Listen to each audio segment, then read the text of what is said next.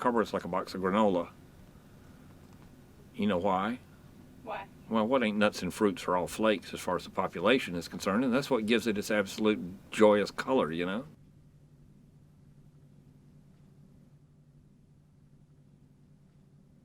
My name is Sid Keith. You're in the center of what is considered by our empire the known universe, center thereof. You're in Surplus Sid's Army Navy Surplus Emporium, and otherwise known as center of the known universe, I would like to think. I graduated from the University of North Carolina in the late 70s, and on my time getting through school, I worked with someone who had a surplus store here in town, and the name of his store was Poor Richard's, and Richard taught me the surplus business. And Richard was retiring, and diabetes was robbing him of his eyesight, and he was retiring. And I told him then, there's no other way to describe Richard, just in a nutshell. Richard was like a beautiful human being, but at the same time he could be a flaming rectal itch. And he was retiring, and I told him, I said, Richard, I would never compete with you. I wouldn't do that to you, but you taught me the surplus business, so I'm looking for something to do. I'm going to pick up where you left off. So he sold me his warehouse, and this was 1988 going on. But then I did that, and I figured, like once I said a moment ago, I'd probably do it 5, 6, 7 years, and Lord have mercy, I've been at it over almost 33. Now this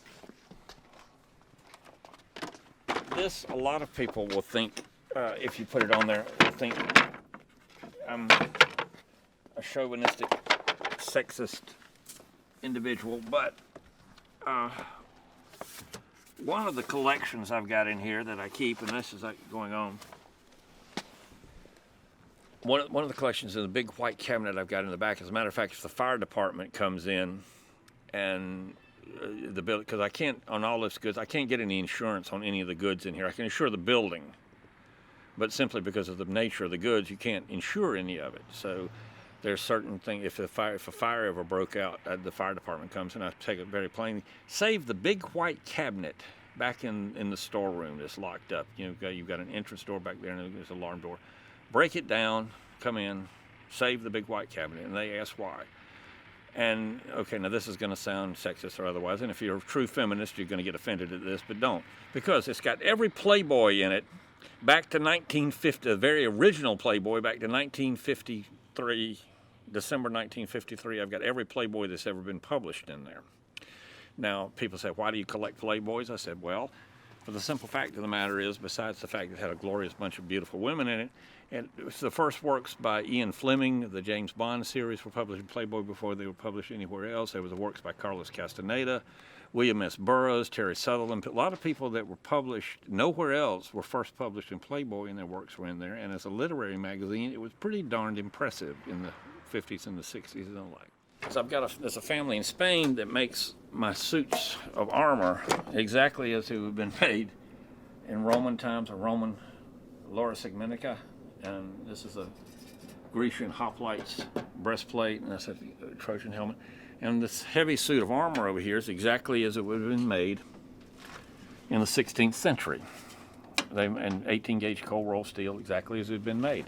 And one of the stories that I tell about this one company is the idea that not everything is new and technological is so fantastically grand. There were 6 NASA engineers back in the mid-60s, 66, 67 or whatever, that were working on the suits that they knew that the astronauts would wear on the moon. And for some particular reason, as the story was passed on to me, they could not get the elbow of the suit to articulate and not lock up.